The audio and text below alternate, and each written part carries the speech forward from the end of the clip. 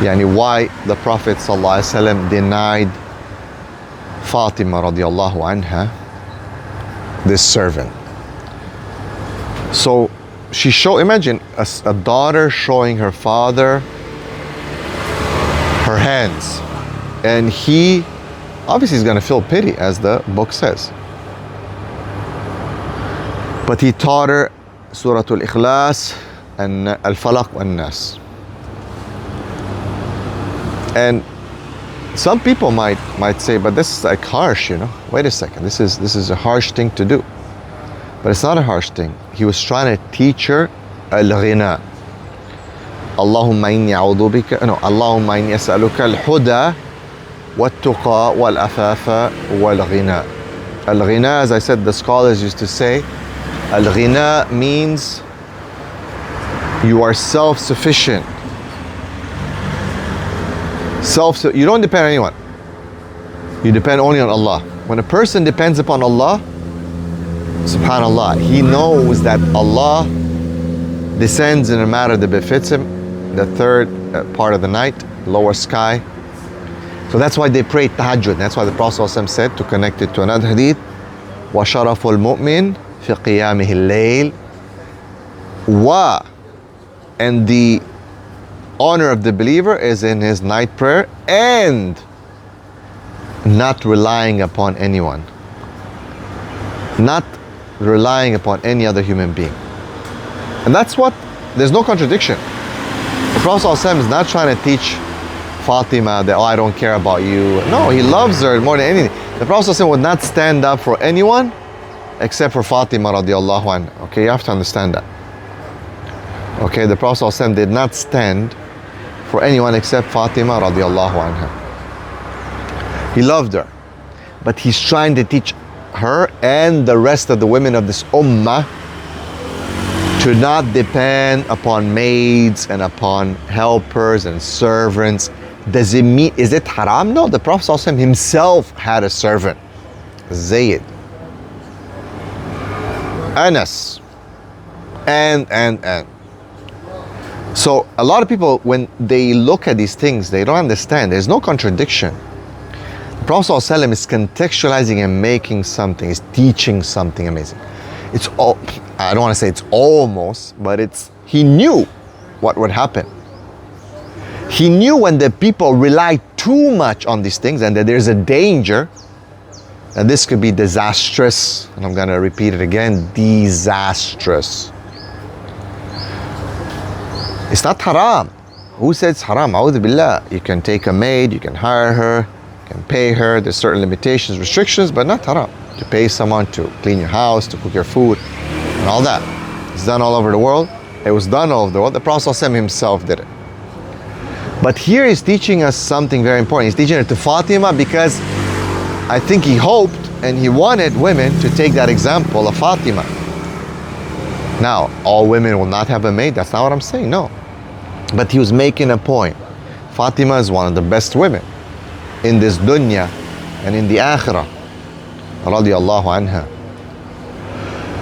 And the Prophet ﷺ hoped that women for generations to come will take the example of Fatima radiallahu anha and look at them, and when they make this decision, should I get a maid? Should I not get a maid? They might be like, well, Fatima didn't, and her hands, literally, they were bruised. Her hands were bruised. And she showed it to the Prophet ﷺ. And he taught her some Quran. Imagine if a woman today, like your husband says, look, we're not going to get a maid. Let me teach you some Quran. Oh my God, what would happen? Not Fatima. But the Prophet ﷺ hoped that women would look at Fatima, and when they decide this, they might consider that, hey, maybe I should do what Fatima does. Or if I don't do it, at least I got to be careful, because the Prophet ﷺ, it seems like there's a bit of a warning here, or a little bit of caution. Move with caution. Okay, I still want to get a maid. Fine, okay.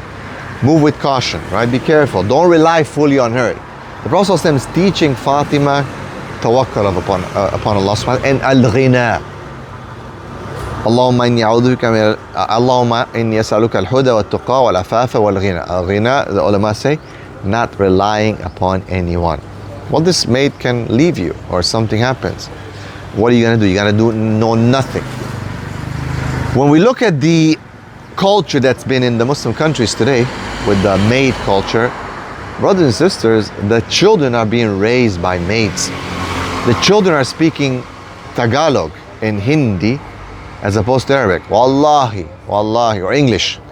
I remember I was giving a lecture in one of the centers, and a local lady came to me, and she was complaining. She was so distressed. She was really, please, brother, do something that this madness stops. And her son was with her, dressed in the local dress and everything. He did not know how to speak Arabic. She says, he doesn't know how to speak Arabic. You know, what you plant, what you reap, you sow. What you sow, that's what you reap. I mean. So, whatever you're planting, that's what you're going to collect at the end. How many women have left their nest and they neglected their household, their family, their children? For what? Usually for a career, right? I mean, that's usually for what? And in doing so, they relied upon maids. These maids, may Allah guide them and bless them. You know, they did the work and whatnot, but raised their children. And now I'm sure for all of you have been to the, if you've been, like, I'm talking about not just like visiting here and there, but lived and understood the culture. It's a culture of maids, right? People are happy because they don't have to do anything, pretty much. That's an easy life, but really you can see it in the next generation.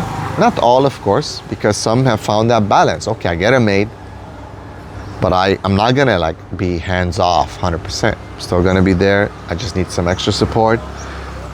I'm aware of the advice of the Prophet ﷺ to Fatima. If anyone would have represented this kind of culture that we find today in the Arab world and the Muslim countries, it would have been Fatima. And it would make sense because the Prophet ﷺ loved her the most. But no, it didn't happen. No, it did not happen. So, yes, some women have found the balance, alhamdulillah. And as I said, it's halal. I'm not saying haram and all these women are bad and no. They found the balance, alhamdulillah. These maids help them. They are within the boundaries. Everything is okay. I'm talking about those who have just hands off 100%, enjoying their life and their career. They think they made it in this dunya, but they lost themselves. They lost their religion. They lost their family. They lost their husbands. Their husband's cheating on them with the maid. They lost themselves. But they got deceived by the shaitan, by the great deceiver, that career is more important than raising my children. And I'll leave them to the maid. And now they speak Hindi. They're not even Muslim. And the husband is, doing it with the maid on the side. This is the reality. Trust me. Okay, so it's something to consider. Alhamdulillah, that the advice of the Prophet ﷺ to Fatima radiallahu anha on this matter. And I hope that women analyze it, because women in general, they should take, and that's why we're doing this book, right? Because you might be like, oh brother, you're picking on women. Like, for those who don't understand the context, we're teaching a class, right, on the women of the Prophet ﷺ, around him, his wives, his daughters, the sahabiyat. So yes, we're focusing on the women. But, we would hope that women take these sahabiyat, study their lives, especially the great ones, the ones that were the best, such as Fatima, such as her mother, Khadija radiallahu anha. And they actually try to take them as examples, as opposed to Cardi B or some other people today that are supposedly famous and so on. That's what we hope, inshallah.